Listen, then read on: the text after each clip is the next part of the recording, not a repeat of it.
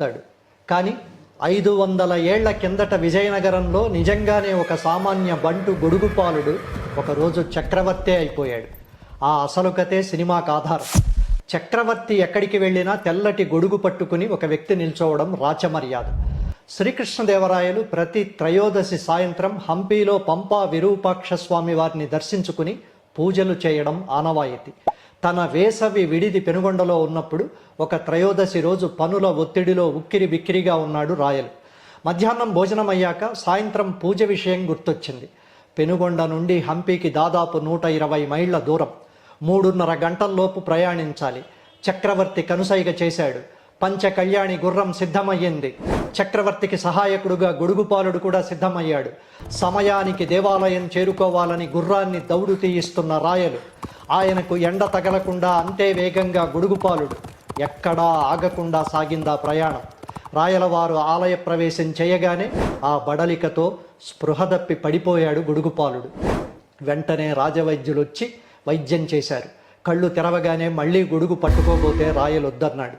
అతడి రాజభక్తికి మెచ్చి ఏం కావాలో కోరుకో అని రాయలవారు అడిగితే, ఒక్కరోజు రాజ్య సింహాసనం మీద చక్రవర్తిగా కూర్చునే భాగ్యం ఇప్పించండి అని అడిగాడు. అంతే. చుట్టూ ఉన్న వాళ్ళు ఆశ్చర్యపోయారు, భయపడ్డారు ఏం జరుగుతుందోనని. రేపే చేస్తా, ఏం చేస్తావని అడిగాడు రాయలు. చేతి నిండా దానాలు చేస్తా అని చెప్పాడు గొడుగుపాలుడు. రాయలవారు సరే అని ఒకరోజు చక్రవర్తిని చేశాడు. ఆ రోజు సూర్యోదయం నుండి మరుసటి రోజు సూర్యోదయం దాకా ఏకధాటిగా తిండి తిప్పలు మాని దానపత్రాల మీద సిరా అద్ది రాజముద్రలు వేసి దానాలు చేశాడు. ముందుగా ఏర్పాటు చేసుకున్న 7 కొప్పెరల సిరా అంటే ఇంక్ అయిపోయింది. ఈ అద్భుతం చూడడానికా అన్నట్లు సూర్యుడు త్వరగా తూర్పు కొండలపైకి రాబోతుంటే అలసిపోని గొడుగుపాలుడు మళ్ళీ ఇంక్ తెచ్చేలోపు ఆలస్యం అవుతుందని, సూర్యుడొచ్చేలోపు తన భార్యలిద్దరినీ నోరు తెరవమని చెప్పి నాలుక మీద వాళ్ల ఒక్కాకు తమ్మతో దానపత్రాల మీద రాజముద్ర వేసి దానధర్మాలు చేశాడు.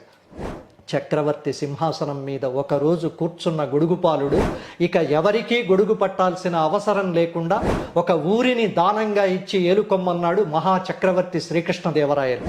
ఆ ఊరే హంపీకి దగ్గరలోని గొడుగుపాలపురం. కాలగతిలో దాని పేరు గోపాలపురం అయ్యింది. ఇది